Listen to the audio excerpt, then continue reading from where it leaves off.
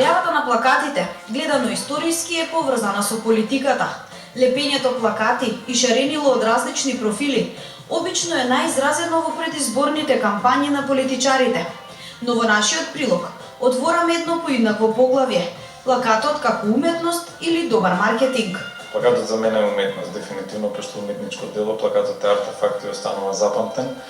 Плакатот ја носи содржината, ја носи комуникацијата која што буквално може да се трансформира многу едноставно во уметничко дело и да остане запаметено во годините кои што ќе следат, а може да биде и краткотрајно решение кој што ќе пренесе една комерцијална порака. За постеровецот Лазар Трпков, создавањето на плакати има и емоционална основа.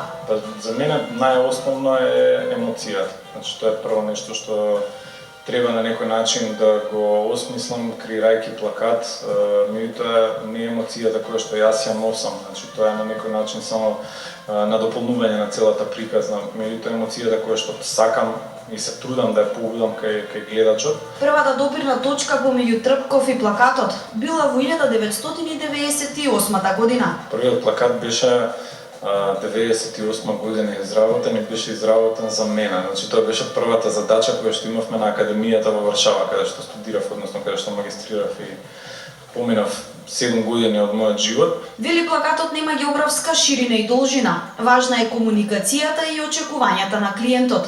А Трпков сите овие поточки ги има добро научено во изминатите 10 години и представени на неговата втора самостојна изложба. Тука моментално во галеријата има плакати од различни категории, плакати кои што комуницираат различни вредности и се вметнати во своите сегменти, како што се културниот плакат, идеолошкиот плакат и социјалниот плакат, кои што се моја тема на некој начин и инспирација за работа. Плакатот нема рок на траење. Неговиот уметнички дух продолжува да живее и по лепење и одлепување. Пораката, на крај, сепак е најгласна.